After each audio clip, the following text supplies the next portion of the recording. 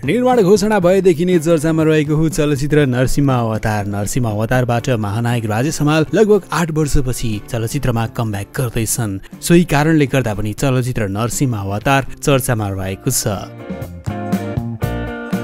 चलचित्रलाई दिवाकर भट्टराईले निर्देशन गरेका हुन्। यसैबीच चलचित्रको फर्स्ट लुक पोस्टर सार्वजनिक भएको छ। महानायक राजेश हमाल फिचर पोस्टर सार्वजनिक गर्दै निर्माण टिमले चलचित्रको प्रदर्शन मिति पनि सार्वजनिक गरेको हो। चलचित्र अब 2082 को जेठ 9 गतेबाट प्रदर्शनमा आउनेछ।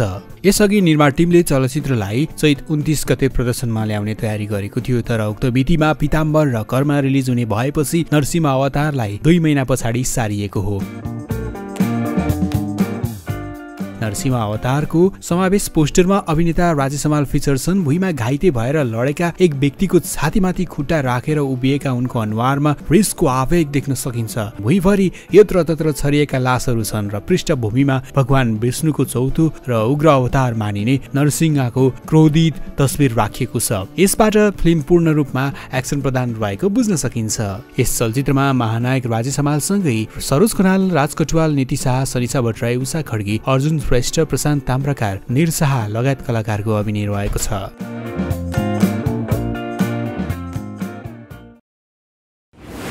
हट नेपाल।